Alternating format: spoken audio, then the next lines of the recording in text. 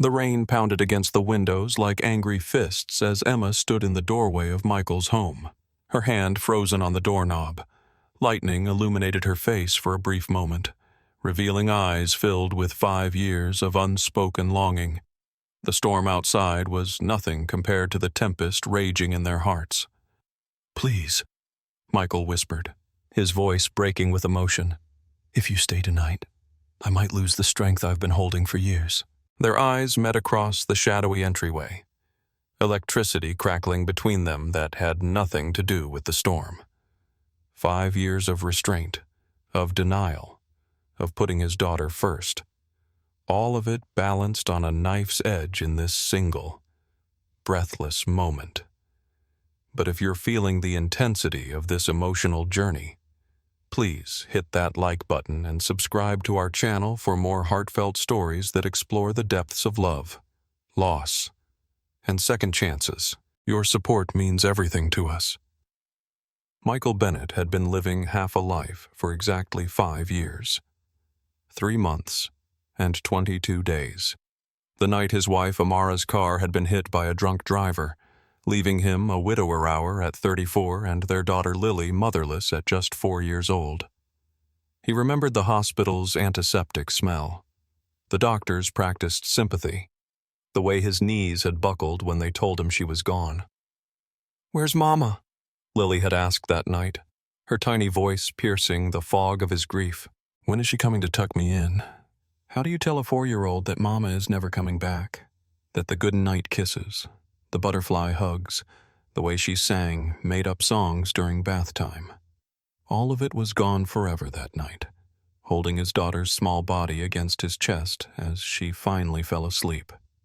Michael made 2 promises. He would give Lily the most beautiful life possible, and he would never let anyone close enough to shatter them again. For 2 years, he kept both promises.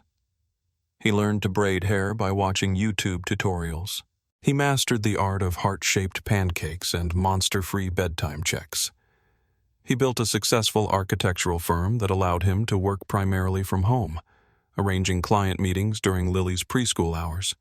His mother-in-law helped when she could, but her own grief often made her presence more painful than comforting. Friends drifted away, uncomfortable with his status as the tragic widower hour. Dating was unthinkable, not just because of his own broken heart, but because of the risk to Lily. She had already lost one parent. He wouldn't subject her to a parade of potential mother figures who might disappear. Then Emma Lawson moved into the house next door, and everything changed. Emma wasn't looking for complications. At 32, she was focused on her career as a child psychologist. Having recently ended a long-term relationship with a man who couldn't understand why she chose to work with traumatized children instead of pursuing a more lucrative private practice. They need someone who sees them. She told Michael once, months after they'd become friends. Someone who understands that their pain is real, even if they don't have the words for it yet. Their friendship began with small kindnesses. Emma bringing over a homemade soup when Lily was sick with the flu, Michael fixing the leaky faucet in Emma's kitchen, Lily. Then 6, solemnly inviting Miss Emma to her school play because Daddy says it's important to include neighbors in special things. What started as neighborly courtesy evolved into genuine friendship. Weekend trips to the Children's Museum with Lily, late-night conversations on adjoining porches after Lily was asleep, movie nights where they would analyze plot holes while Lily dozed between them on the couch. Michael found himself looking forward to these moments more than he cared to admit. Emma's laugh soft and genuine, never forced. The way she listened to Lily's rambling stories with complete attention. How she never tried to offer platitudes about Amara or suggest that time heals all wounds. On the 3rd anniversary of Amara's death, Michael and Lily followed their tradition of visiting the cemetery in the morning and the botanical gardens that had been Amara's favorite place in the afternoon. When they returned home, they found a small potted plant on their doorstep with a simple note for remembering. E. It was jasmine, Amara's favorite. Michael had mentioned it once, months earlier in passing. Emma had remembered that night after putting Lily to bed.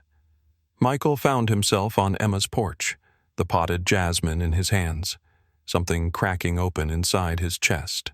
"Thank you for this," he said when she opened the door. "It was perfect." Emma's smile was gentle. "Would you like to come in? I have wine or tea if you prefer." They sat in her kitchen, the jasmine plant between them on the table, and for the first time, Michael talked about Amara. Really talked about her. Not just the sanitized version he shared with Lily or the tragic story people whispered about. He told Emma about Amara's passion for photography, how she could spend hours waiting for the perfect light, about her collection of vintage cameras that he kept carefully preserved in their original cases, about how she dreamed of taking Lily to all the beautiful places she'd photographed around the world. "She sounds extraordinary," Emma said softly when he finally fell silent. "Lily has her eyes." "How would you know that?" Michael asked, surprised. "The photographs in your living room. I noticed the first time you invited me over for dinner." Michael studied Emma's face in the soft kitchen light. She was beautiful, but not in the conventional way Amara had been, where Amara had been all vibrant energy and artistic vision. Emma was quiet strength and healing presence. Different, but equally captivating. The realization terrified him. "I should go," he said abruptly. Standing. "Lily might wake up." Emma walked him to the door. "Michael," she said as he stepped onto the porch, "it's okay to feel again. I think Amara would want that for you." He couldn't look at her. "Good night, Emma," for the next 2 years. Michael maintained a careful distance. They remained friends, but he established boundaries. Fewer late-night conversations. No more lingering glances. He dated occasionally, brief relationships that never progressed beyond a few dinners. None of the women met Lily. Emma dated too, a fact that twisted something painful in Michael's chest, though he had no right to feel that way. She never brought her dates home, never introduced them to Lily. Their friendship continued, more subdued, but still important to both of them. Lily, now 8, adored Emma with the uncomplicated love of childhood. Miss Emma knows everything. She would declare after Emma helped with a particularly challenging homework assignment or taught her a new constellation during backyard stargazing. On Lily's 9th birthday, Emma gifted her a camera. Not a toy, but a real one, with a book of Amara's photography that Michael had published privately after her death. "This is too much," Michael protested when he saw it. Emma shook her head. "She told me she wants to be a photographer like her mom. Every photographer needs a proper camera." Watching his daughter's face light up as Emma showed her how to focus the lens, Michael felt something shift inside him. The wall he'd built around his heart developed a hairline crack. That night, after the party guests had left and Lily was in bed, Michael found Emma in the kitchen, quietly loading the dishwasher. "You didn't have to stay and help clean up," he said, leaning against the doorframe. Emma smiled over her shoulder. "I don't mind. It was a wonderful party." "Because of you." Michael moved to stand beside her, taking a plate from her hands. The camera, the photography-themed cake, the scavenger hunt. "Lily will remember this birthday forever. She's a special girl." Emma handed him another plate. "You've done an amazing job with her." "Michael." Their fingers brushed during the exchange, and Michael felt it like an electric current through his body. He looked up to find Emma watching him, something vulnerable in her expression. "Emma." The moment was shattered by Lily's voice calling from upstairs. "Daddy, I need water." By the time he returned from tending to Lily, Emma was gone, leaving only a note on the counter. "Had to run. Early client tomorrow. Happy to help any time. E." The 5th anniversary of Amara's death arrived with a violent storm, as if the heavens themselves were marking the occasion. Michael and Lily visited the cemetery in the morning between rain showers, but had to cancel their traditional visit to the botanical gardens as the weather worsened. "I think Mom would understand," Lily said as they drove home, rain pelting the windshield. "She always said plants need rain to grow." Michael's heart clenched. "Your mom was very wise. Miss Emma says that too," Lily replied. "She says, 'Mom's wisdom lives on in me.'" Michael glanced at his daughter, surprised. "When did Emma say that?" "When I was sad about Mom last week. I went to her house after school because you were on that work call." Lily looked out the window. "Is that okay? I know we're supposed to talk about Mom together, but sometimes it's hard to make you sad." Michael reached across to squeeze her hand. "Of course, it's okay, and you never have to worry about making me sad. I love talking about your mom with you." That evening, after a quiet dinner at home, Michael stood on his back porch, watching the storm intensify. Lily was inside, already in pajamas, reading one of the photography books Emma had given her. He pulled out his phone and texted Emma, "Rough day. Could use a friend if you're free." Her reply came quickly. "On my way. 15 minutes." Michael paced the kitchen, suddenly nervous. He poured 2 glasses of wine, then changed his mind and made tea instead, then decided on wine again. What was wrong with him? This was Emma, his friend, his neighbor, his. The doorbell rang, interrupting his thoughts. He opened it to find Emma on his doorstep, rain-soaked despite her umbrella. She wore jeans and a simple sweater, her dark hair curling damply around her face, and Michael's breath caught at the sight of her. "Sorry, I'm a mess," she said, stepping inside and closing her umbrella. "The wind turned my umbrella inside out halfway here." "You're perfect," Michael said before he could stop himself. Emma looked up, surprise evident in her expression. "Michael." He took her wet coat, hanging it carefully on the rack by the door. "I made tea, or there's wine, or both." "I couldn't decide." Emma smiled, following him to the kitchen. "Tea sounds perfect." "Is Lily asleep reading in bed?" "She should be asleep soon." Michael handed her a mug of tea, their fingers brushing deliberately this time. "Thank you for coming." "Of course." Emma wrapped her hands around the warm mug. "How are you holding up better than I expected?" Michael leaned against the counter, studying her face. "Lily told me something interesting today. She said she talks to you about Amara sometimes." Emma's expression turned cautious. "Yes, I hope that's okay. She comes over occasionally after school. She has questions sometimes that she's afraid will make you sad." "It's more than okay." Michael set his mug down, moving closer to her. "It's one of the countless reasons I've fallen in love with you." The words hung in the air between them, finally spoken after years of careful avoidance. Emma's eyes widened, her tea forgotten in her hands. "Michael, please let me finish. I need to say this." He gently took the mug from her hands, setting it aside.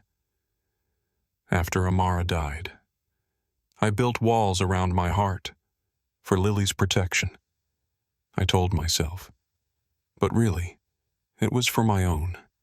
Because loving someone means risking loss, and I couldn't survive losing anyone else." He moved closer, close enough to see the flecks of gold in her brown eyes. "But not loving you has become more painful than the fear of losing you. And today at the cemetery, I realized something.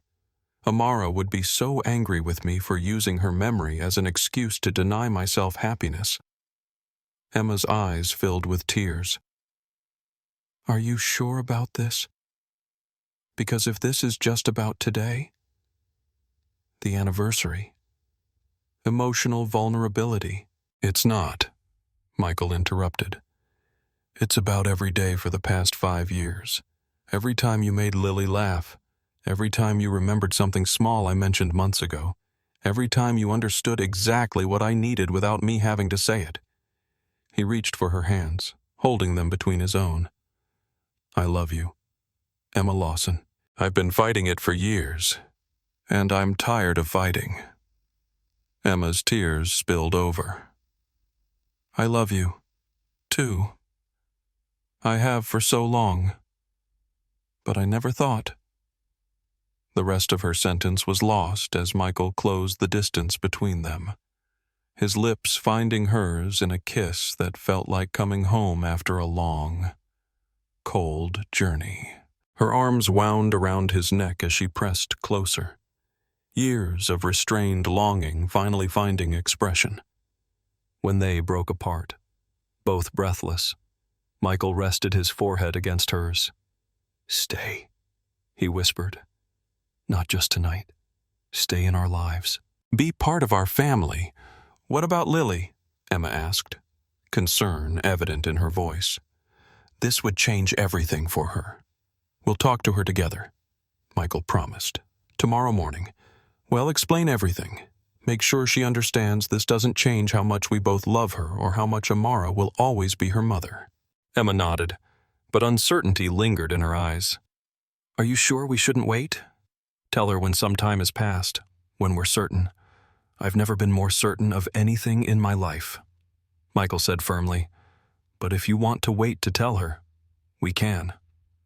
They moved to the living room, talking for hours about what this would mean, how they would navigate the transition for Lily's sake, the practical considerations of their intertwined future. As midnight approached, the storm intensified, rain lashing against the windows with renewed fury.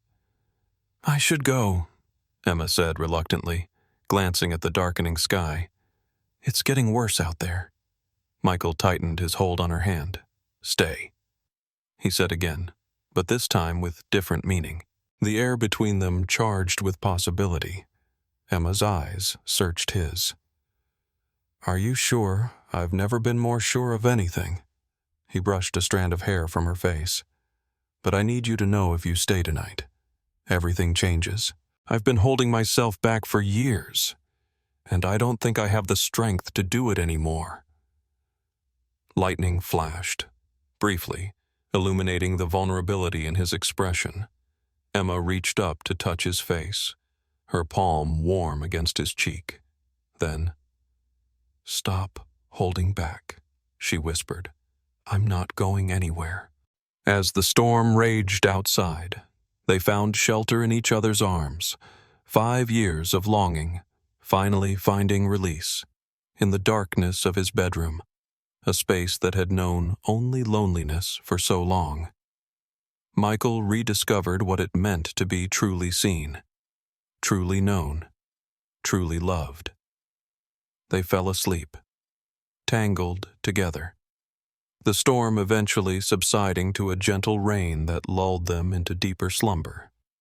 Neither heard the small creak of the bedroom door opening just after dawn. Lily stood in the doorway, her favorite stuffed rabbit clutched to her chest, eyes wide as she took in the sight before her.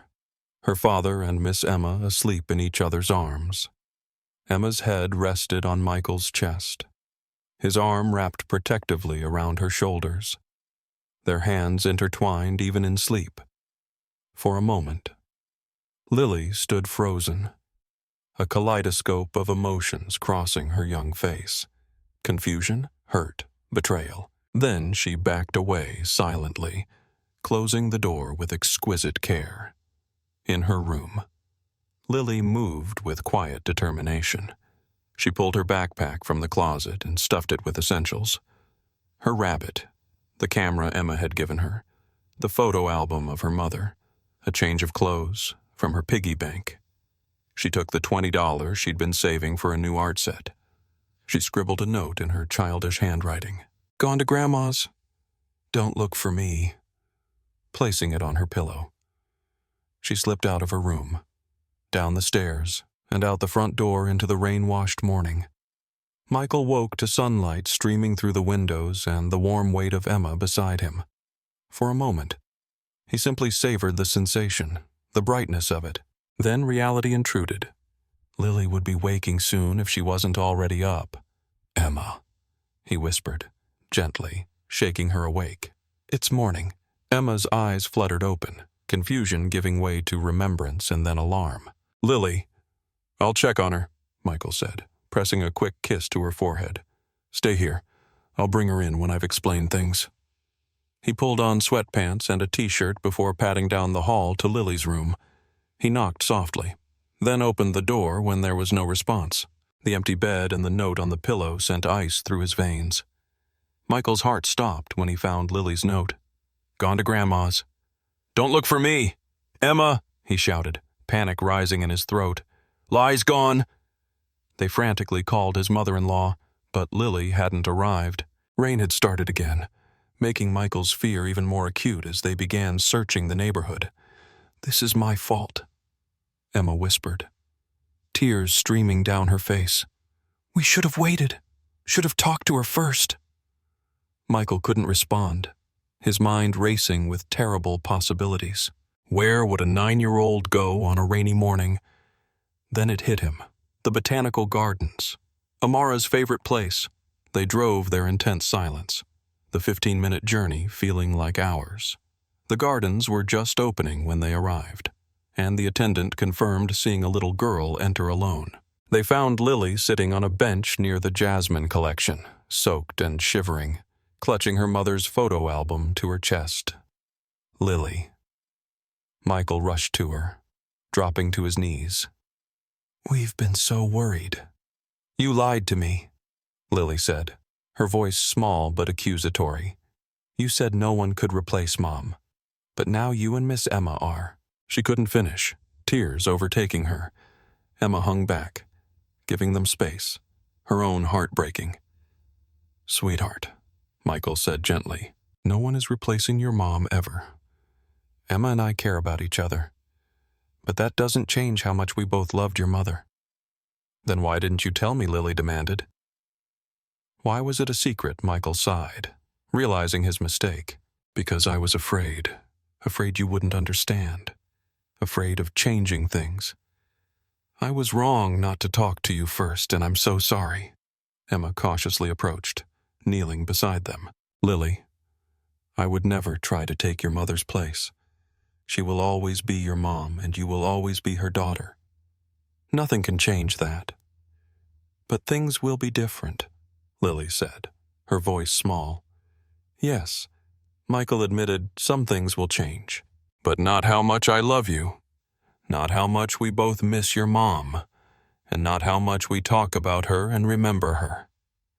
Lily looked between them, her young face serious beyond her years. "I need time to think about it." "Of course," Emma said immediately. "We can take all the time you need." They returned home, Lily quiet, but no longer running away. Over the following weeks, they moved carefully, Emma and Michael maintaining their relationship, but giving Lily space to adjust. They had family therapy sessions where Lily could express her fears and concerns. Gradually, Lily began to accept the new reality. The turning point came when Emma suggested they create a special memory corner in the living room dedicated to Amara, filled with her photographs, cameras, and mementos. "This way," Emma explained, "your mom is always part of our daily lives, not just someone we remember on special days." Lily's eyes had lit up at the idea. "Can I help design it?" 6 months later, as they celebrated Lily's 10th birthday, Michael watched his daughter blow out her candles, Emma beside her, helping to cut the cake. The memory corner gleamed in the background, Amara's smiling face watching over them. That night after Lily was asleep, Michael took Emma's hand on the porch swing. "Thank you," he said simply, "for understanding that loving you doesn't mean I stopped loving her, for helping Lily see that, too." Emma squeezed his hand. "Family isn't about replacing people we've lost. It's about growing our capacity to love," as they sat together under the stars. Michael realized that strength wasn't about holding back feelings. It was about having the courage to embrace them, even knowing the risks, and in that courage, he had found not just love again, but a family made stronger by honoring both what was lost and what was found.